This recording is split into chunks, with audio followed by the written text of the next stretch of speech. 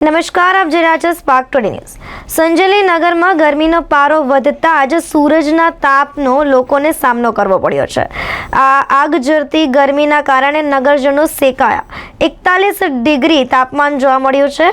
આ ગરમીનો પારો વધતા જ જાહેર જીવન પર મીઠી અસર જોવા મળી છે। બજારો સુમસામ જોવા મળ્યા છે। શિયાળો ધીરે ધીરે વિદાય લઈ રહ્યો છે, ત્યારે હવામાન વિભાગ દ્વારા 2 દિવસ માટે ગુજરાતમાં રેડ એલર્ટ જાહેર કરવામાં આવ્યું હતું, જેના ભાગરૂપે સંજેલી ખાતે ગરમીનો પારો 41 ડિગ્રીએ જોવા મળ્યો હતો। હવામાન વિભાગ દ્વારા કરેલ આગાહીની સંજેલી તાલુકામાં અસર જોવા મળી હતી। વહેલી સવારથી જ આકરો તડકો ચારેકોર છવાયેલો હતો અને નગરજનોએ કાળઝાળ ગરમીનો સામનો કર્યો હતો।